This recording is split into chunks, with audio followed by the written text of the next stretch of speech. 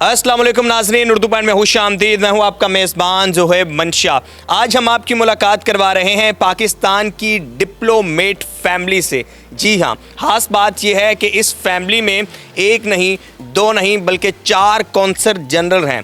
Doctor Mirza Ikhtiyar Baig साहब जो कि यमन के कौंसल जनरल हैं, इनकी अहलिया जमैका की, इनके साहबजादे पोलैंड के, और इनके भाई डॉक्टर मिर्ज़ा इश्तियाक बेग साहब मराकश के कौंसल जनरल हैं।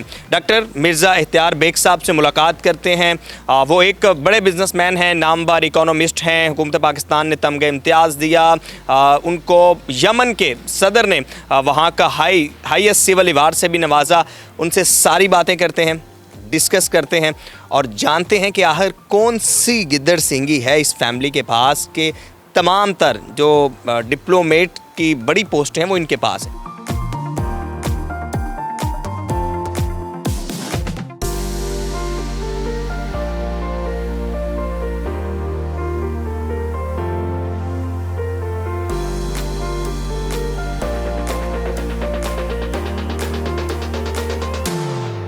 पाकिस्तान की 2 अहम शख्सियात मौजूद हैं। राइट साइड पर डॉक्टर मिर्ज़ा इख्तियार बेग साहब हैं, लेफ़्ट साइड पर one and only Javed Sheikh sahab आज खूबसूरत टी शर्ट पहने हुए हमारे साथ मौजूद हैं।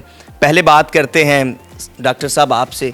माशाल्लाह आज का प्रोग्राम बहुत अहम है और इसलिए भी अहम है कि नौजवानों को 2 तरह के जो हैं वो गुर मिलेंगे कि वो कामयाब बिजनेसमैन कैसे बन सकते हैं और कामयाब एक्टर कैसे बन सकते हैं। पहले बताइएगा, माशाल्लाह आप क्या हैं? बिजनेसमैन हैं, इकोनॉमिस्ट हैं, कौंसल जनरल हैं, आपका सोशल सर्कल हम सोशल मीडिया पर देखते रहते हैं बहुत बड़ा है। तो पहले डॉक्टर मिर्ज़ा इश्तियाक बेग साहब खुद को कैसे बयान करते हैं? बिजनेसमैन या कॉलम निगार या डिप्लोमेट्स होना बात की बात है, पहले एक अच्छा शख्स होना ज़रूरी होता है। पहले आदमी एक अच्छा शख्स बन जाए, इंसानियत के नाते उसमें वो तमाम खुसूसियत हों कि वो माशरे में अपना एक अहम किरदार अदा कर सके।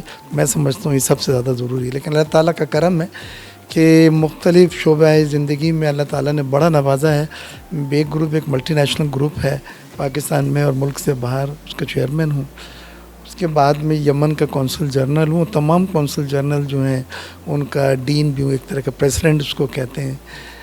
तो पीपल्स पार्टी से भी ताल्लुक़ है, पीपल्स बिजनेस फोरम से यहाँ पे इलेक्शन भी लड़ा था। बेनज़ीर के करीबी साथियों में से मुझे बड़ा फ़ख्र है कि मैं रहा हूँ। बिज़नेस कम्युनिटी की भी नुमाइंदगी करता हूँ। कॉलम निगार हूँ मैं, यानी माशी कॉलम 25 साल से जंग अखबार में छप रहे हैं मेरे, लेकिन मेरे वो कॉलम माशियत पे होते हैं, तज़िया होता है मुल्क के बारे में, इंटरनेशनल इकॉनमी के बारे में लोगों को। और एक बहुत बड़ी फ़ैन फॉलोअर्स है उसकी हमारी मुल्क में, मुल्क से बाहर, जो न सिर्फ इस कॉलम को जब मंडे को छपता पढ़ती हैं बल्कि उस पर सवाल जवाब वगैरह भी करती हैं।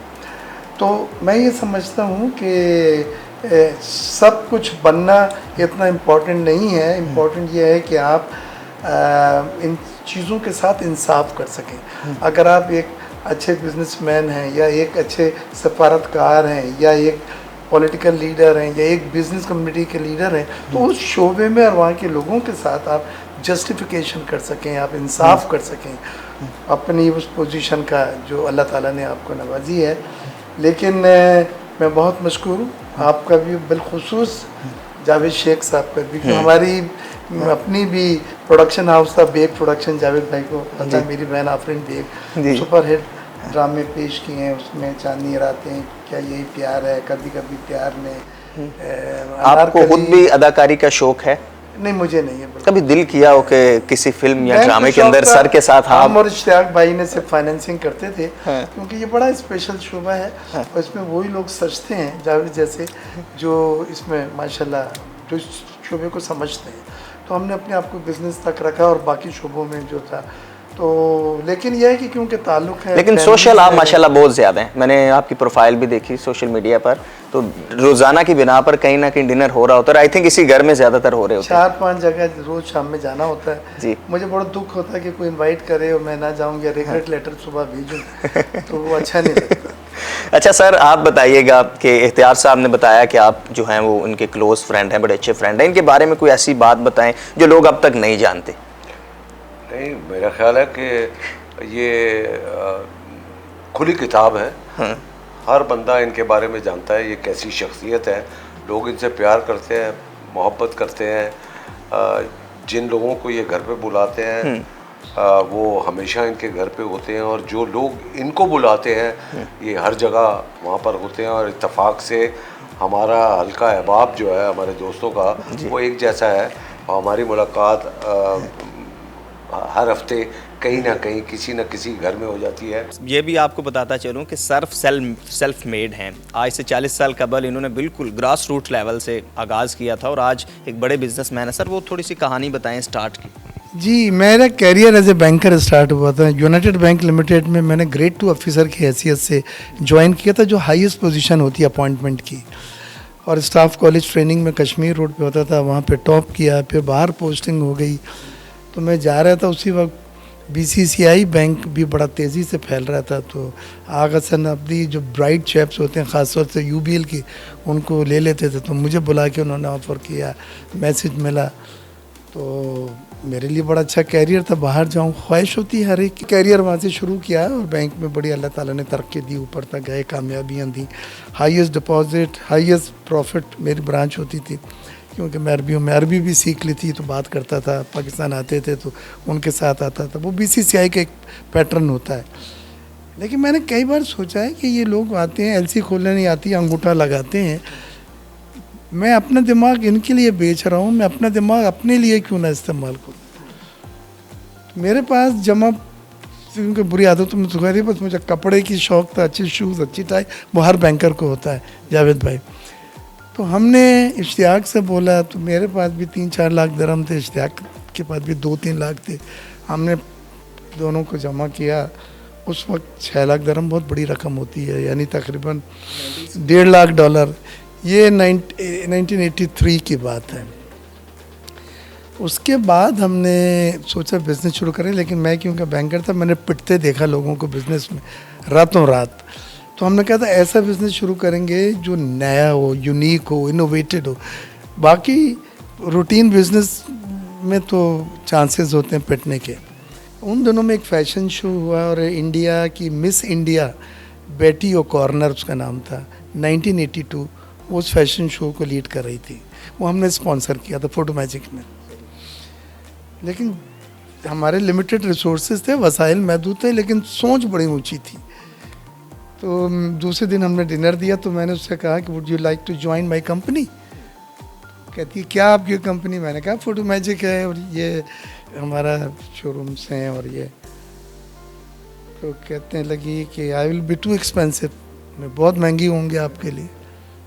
मैंने कहा नहीं, वी कैन अफोर्ड, बतलाएं। तो बहरहाल बातचीत करके दूसरे दिन प्रेस कॉन्फ्रेंस हुई दुबई में, और मिस इंडिया ने, पाकिस्तानी कंपनी है, फोटो मैजिक को ज्वाइन करा 2 साल के कॉन्ट्रैक्ट पे। दूसरे दिन जो उधम मचा है, बड़े बड़े इंडियन ग्रुप, लाल, चोएतराम और ये कॉस्मोस, जम्बू इलेक्ट्रॉनिक्स, ये सब जानते हैं जावेद भाई। इसने उसको बुला के कहा या तो तुम अपना ताज सिलेंडर करो या रिज़ाइन करो फोटो मैजिक से। तुम इंडिया एक पाकिस्तानी कंपनी ताज पहनते हुए ज्वाइन नहीं कर सकती, हमारी सबकी बेइज्जती है। वो भी शेर की बच्ची थी। उसने कहा मैंने एग्रीमेंट साइन करा, प्रेस में बैठ के मैंने ऐलान किया मैं ये कॉन्ट्रैक्ट पूरा करूँगी, अब ताज के लिए लिख दें, मैं खुद सिलेंडर कर देती हूँ। और वहाँ से सफ़र शुरू हुआ। फिर हमारे 25 शोरूम तमाम शॉपिंग मॉल्स में यूएई में हुए, फिर हम मोरक्को गए, पाकिस्तान आया, और इस तरह से फ़ोटो मैजिक इंटरनेशनली एक्सपेंड हुआ और फैला। एंड हर जगह हम पॉइनियर थे, क्योंकि हमने इंट्रोड्यूस कराई थी ये टेक्नोलॉजी।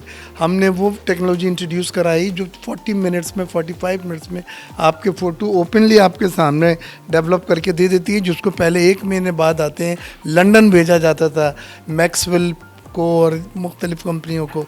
तो ये है टेक्नोलॉजी का कमाल। दूसरे नीयत, ये दुनिया सिर्फ नीयतों का खेल है।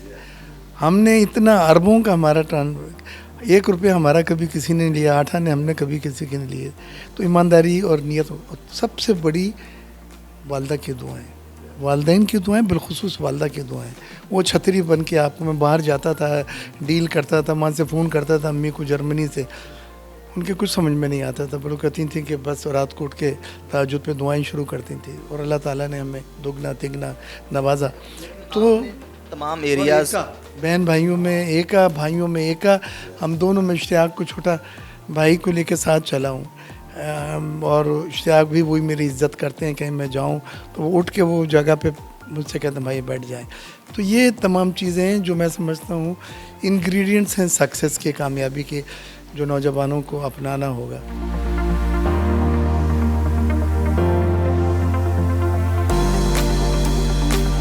डॉक्टर साहब, इस ऑफिस में हमें हर तरफ माशाल्लाह शील्ड्स नज़र आ रही हैं, अवार्ड्स नज़र आ रहे हैं, बेहतरीन खूबसूरत तस्वीर नज़र आ रही हैं।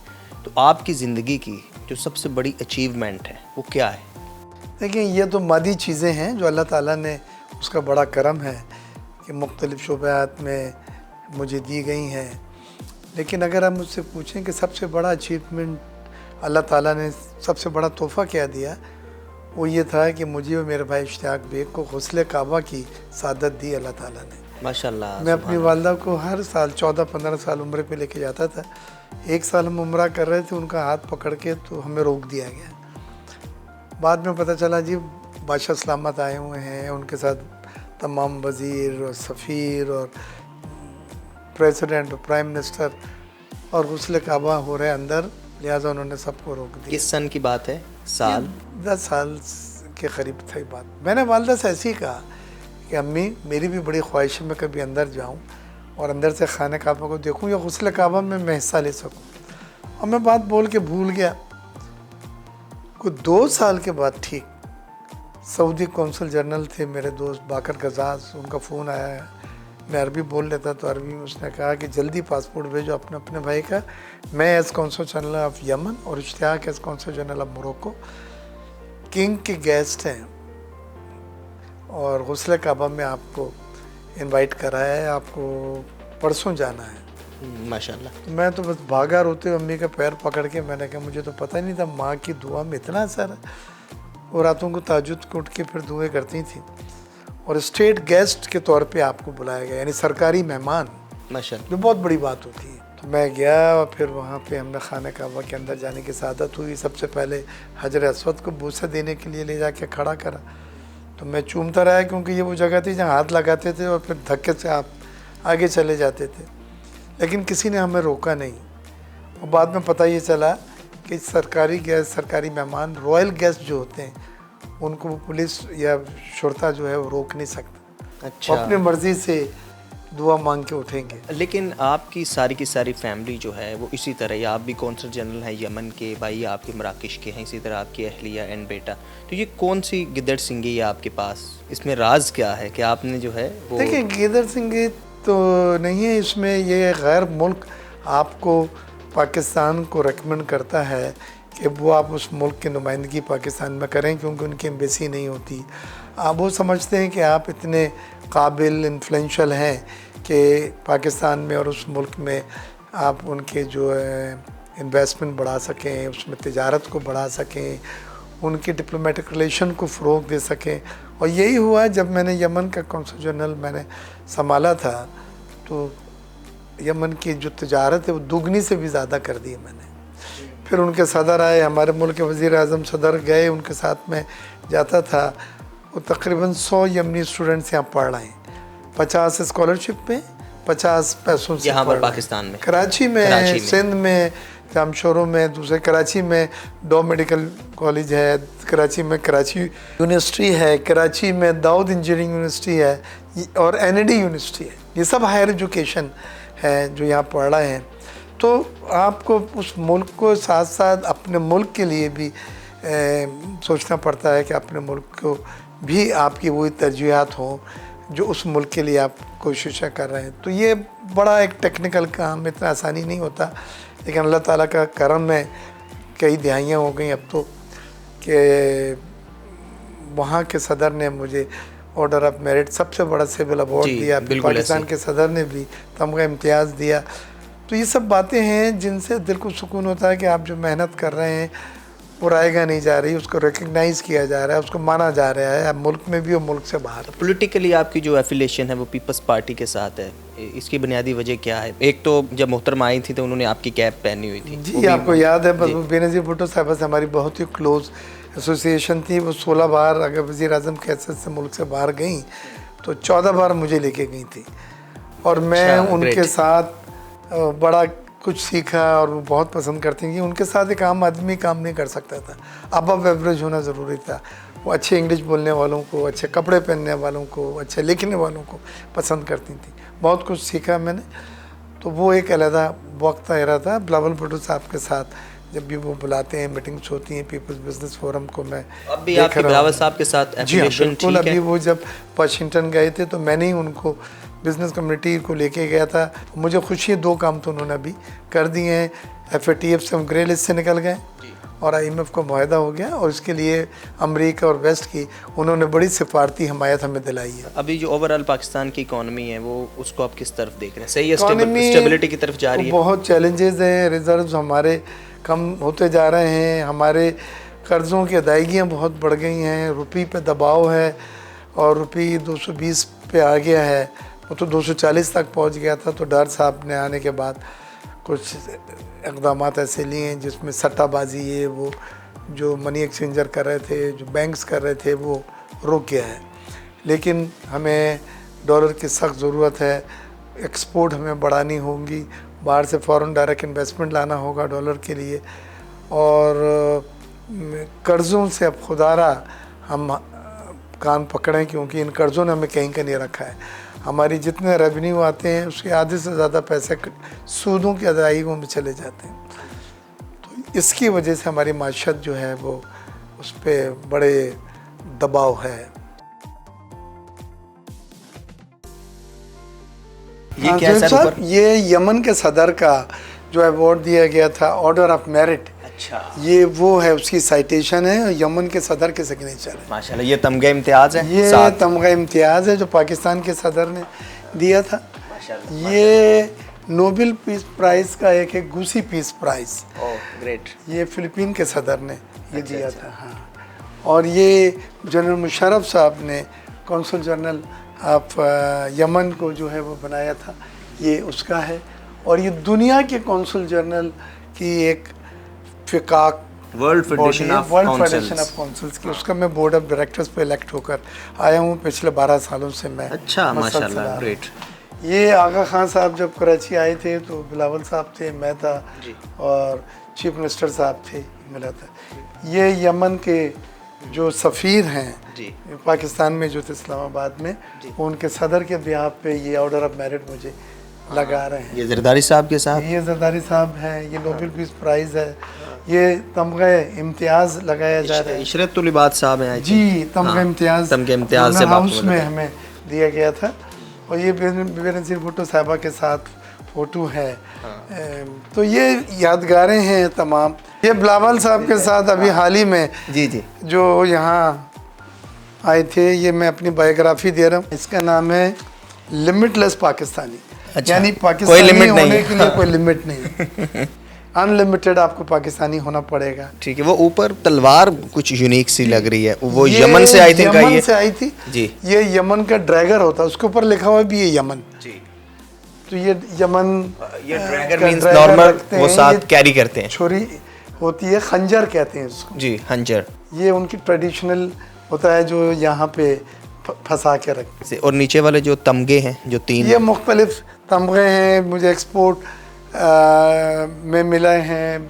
मुशर्रफ साहब ने गोल्ड मेडल दिया था बैंकिंग, क्रेडिट एंड फाइनेंस में, एक्सपोर्ट के ऊपर। ये सब ये इकोनॉमिक्स मैगजीन है जो दुनिया का, उसकी सर्टिफिकेट है कि मैंने जो माशी फोरकास्ट किए हैं वो सब सही साबित हुई हैं। तो आपकी हॉबीज़ क्या हैं? चलिए, ये तो सारा मेरा प्रोफेशनल लिखना, हो गया। पढ़ना, तकरीर, बोलना, कॉलम लिखना। गाड़ियों का शौक है रखने का? गाड़ी सिर्फ इस हद तक कि वो एज ए सवारी, वहाँ से एज ए सवारी पहुँचा दे। अब वो हमारा इतना एक्साइटमेंट नहीं है कि हम गाड़ी को लेके घुमाएं फिराएं, और वो नहीं, बिल्कुल। ये सर फ्लैग, ये फ्लैग कहाँ का है? मेरी वाइफ जमैका की कौंसल जनरल है। अच्छा, तो ये जमैका कहाँ पर? आई थिंक यूएसए के साथ। जमैका कैरिबियन कंट्री है जी, और लैटिन अमेरिका में Jamaica, Dominican Republic, Puerto Rico, ये तमाम कंट्रीज़ हैं। और जमैका की मैक्सिमम लोग जाते हैं क्रूज़ पे वहाँ पे। तो जो क्रूज़ में जितने भी लोग जाते हैं उन्हें वीज़ा जमैका का यहाँ से लेना पड़ता है। अच्छा, चलें, ये तो ज़बरदस्त है। तो आपके पास फिर वीज़ा लेने वाले लोगों की तादाद अच्छी खासी होगी? भी जब जाना चाहें तो Jamaica is a beautiful country. ये पोलैंड का है। Sure sure. मेरा बेटा है कौंसल जनरल ऑफ पोलैंड, तो और ये तो यमन का है मेरा, जो मुकम्मल जो है आपकी, तो फिर ये कौन सा भाई जनरल का है, मोरक्को का है जी। बस ये कंट्रीज़ मुतमईन हैं जो उनके लिए उनके बिहाफ पे परफॉर्मेंस कर रहे हैं हम, और जो वो एक्सपेक्ट करते हैं अल्लाह का करम उससे ज़्यादा हमारी परफॉर्मेंस है। सारी प्लस हम अपने मुल्क की भी सारी की सारी आपकी फैमिली पे कौन सा जनरल हुई? जी आपकी अल्लाह का अहलिया, करम आपका है। बेटा? जी बिल्कुल। डिप्लोमेटिक फर्टर्निटी या ख़ानदान या फैमिली में आना, उसके फिर अपने प्रोटोकॉल होते हैं। आपको डिप्लोमेट्स में उठना बैठना, उनका नेशनल डे वो आते हैं तो आप उनको वेलकम डिनर, जब वो जाते हैं तो फेयरवेल, ये सब आपकी फिर जिम्मेदारियाँ बन जाती हैं। बेसिकली जो दो ममालिक के दरमियान ताल्लुकात हैं उनको इस्तवार करने के लिए ही ये सारा हुकूमत के दरमियान अपॉइंट गवर्नमेंट टू होता है। गवर्नमेंट, ये मेरा या किसी का नहीं होता, ये वहाँ की हुकूमत पाकिस्तान हुकूमत को लिखती है। वो पूरी ड्यू डिलिजेंस करके आपके बारे में फिर कहते हैं कि ओके हमें कबूल है। फिर वहाँ से एग्जीक्यूटर आता है, फिर फॉरेन मिनिस्टर, प्राइम मिनिस्टर और सदर पाकिस्तान अप्रूव करते हैं, साइन करते हैं। तो ये एक बड़ी हाई लेवल पे अपॉइंटमेंट्स होते हैं। हाँ बिल्कुल ऐसे ही है। अच्छा, ये दोनों घर आपके और इश्तियाक साहब के एक साथ ही हैं? जी एक मेरी साथ वालदा घर? ये कहती थी जी कि हमेशा आप लोग प्राइवेसी है, बच्चे होंगे उनके बच्चे होंगे तो अलग-अलग 2 यूनिट बनाएं, लेकिन लॉन और बाउंड्री वॉल एक हो।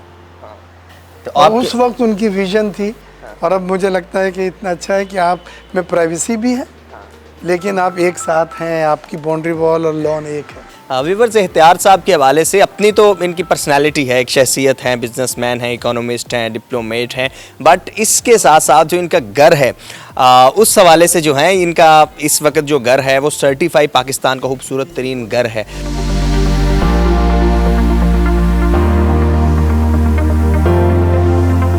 हमारे खूबसूरत एसेट, खूबसूरत सर, हैंडसम, जो आज भी पैदा तो 54 में हुए थे लेकिन आज भी टीनेजर्स की तरह बड़े खूबसूरत दिखाई दे रहे हैं। For ever green, one and only Javed Sheikh. बहुत सारे नौजवान सुन रहे हैं आजकल, उन्हें भी एक्टिंग में आने का शौक है लेकिन डायरेक्शन नहीं मिल रही, उन्हें वो ट्रैक नहीं मिल रहा।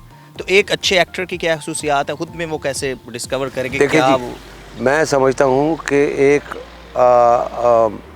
नए एक्टर को उसके अंदर 3 P होने चाहिए। P, not Pakistan Peoples Party. Passion, patience और पंक्चुअलिटी। ठीक है, passion, passion and punctuality. Yes, ठीक, कोई भी हो। देखो ना, इसमें सारी चीज़ें आ जाएंगी, सारी चीज़ें इसमें आ जाती हैं। जब बाज़ एक्टर आते हैं उसमें पेशेंस नहीं होता तो वो आगे नहीं बढ़ सकता, किसी में पैशन नहीं होता वो आगे नहीं बढ़ सकता, जिसमें पंक्चुअलिटी नहीं होगी वो आगे नहीं बढ़ सकता। तो इन तीनों चीज़ों का होना बहुत ज़रूरी है। तो ये तीनों चीज़ें अल्हम्दुलिल्लाह मुझ में है। सही है। वह एक्सरसाइज करते हैं आप? जी हाँ, मैं वॉक बहुत करता हूँ। तो फिल्म्स, ड्रामा वगैरह वो भी देखते रहते हैं? जी हाँ बिल्कुल, ड्रामा मैं कम देखता हूँ, फिल्में मैं सारी देखता हूँ। पाकिस्तान की शोबिज़ इंडस्ट्री के हवाले से या दीगर लोगों के हवाले से स्कैंडल्स आते रहते हैं, आप माशाल्लाह इन सारी चीज़ों से पाक हैं। तो शोबिज़ के हवाले से जब आम पाकिस्तानी देखता है वो कहता है यार शोबिज़ इंडस्ट्री, यार ये तो सारे ट्रैक से उतरे हुए लोग हैं। नहीं, ट्रैक से जो बाकी लोग हैं वो भी तो उतरे हुए हैं। मेरा मतलब है कि जो ये कह रहा है कि ट्रैक से उतरे, वो खुद ट्रैक से भी उतरे होते हैं। ऐसा नहीं है, देखिए पांचों उंगलियां बराबर नहीं है। अच्छे बुरे लोग हर फील्ड में होते हैं। तो अच्छे लोग शोबिज़ में भी है, बुरे लोग भी शोबिज़ में हैं, बिज़नेस में भी अच्छे लोग हैं, बिज़नेस में बुरे लोग भी हैं। और मैं वो तो नाम नहीं लेना चाह रहा, मगर हर जगह अच्छे बुरे लोग होते हैं। सर, बॉलीवुड का एक्सपीरियंस शेयर कीजिएगा, क्योंकि आजकल द लेजेंड ऑफ मुल्ला जट के बड़े चर्चे हो रहे हैं एंड आई होप कि अब पाकिस्तान में जो हमारी फिल्म इंडस्ट्री है वो बहुत ग्रो करेगी। बिल्कुल, मुल्ला जट ने तो एक रिकॉर्ड बिजनेस किया, 10 दिन के अंदर 100 करोड़ का बिजनेस किया है। एंड बॉलीवुड वाले भी इसको बड़ी क्लोज नज़रों से देख रहे हैं, अप्रिशिएट कर रहे हैं, ट्वीट कर रहे हैं, मुबारकबाद दे रहे हैं फवाद को, बिलाल लाशारी को, इन सब को। और ये हमारे लिए बड़ी खुशाइन बात है कि एक तरफ तो हमारी फिल्में इंटरनेशनल फेस्टिवल में जा रही हैं, जैसे जॉयलैंड में, कान फिल्म फेस्टिवल में बहुत से अवार्ड जीते हैं। अब वो फिल्म ऑस्कर के लिए नॉमिनेट हो रही है। ठीक है। और ये क्यों अख्तियार भाई, ये कितनी बड़ी बात है।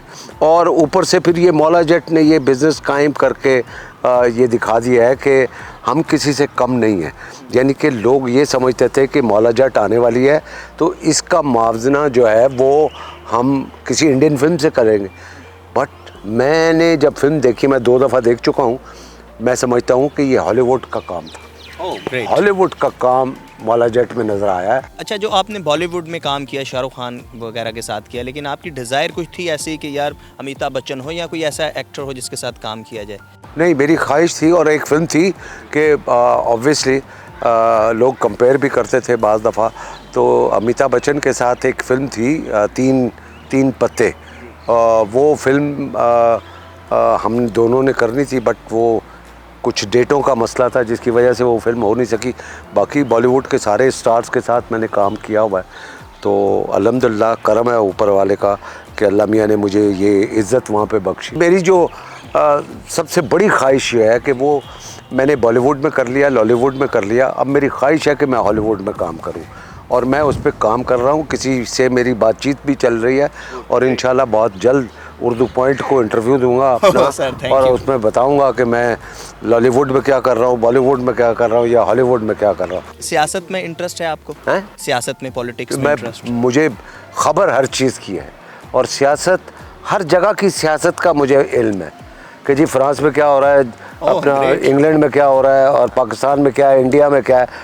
इस हद तक शौक़ नहीं है आने का, बट एटलीस्ट नॉलेज के तौर पे मुझे। आज का नौजवान बड़ा कंफ्यूज है पाकिस्तान के हालात को लेकर। वो बेचारा देख रहा है कि यूरोप में ये है, दुनिया में ये हो रहा है, एक स्ट्रक्चर, एक सिस्टम है प्रॉपर, लेकिन वो जब अपने मुल्क में देखता है तो उसे अपॉर्चुनिटी भी कहीं काम है, लेकिन बहुत सारी इंस्टीट्यूशनल प्रॉब्लम भी हैं। इसका हल क्या है? ठीक हो जाएगा, ठीक हो जाएगा। अल्लाह मियाँ चाहेगा तो ये जो आज का नौजवान है वो इंशाअल्लाह अल्लाह मियाँ ने चाहा तो वो बाहर नहीं जाएगा, मुल्क में ही रहेगा। अच्छे बुरे दिन मुल्कों पे आते रहते हैं। इट विल बी फाइन इंशाल्लाह वन डे। अपने मेज़बान जो है मंशा को इजाज़त दीजिए। अल्लाह हाफिज़।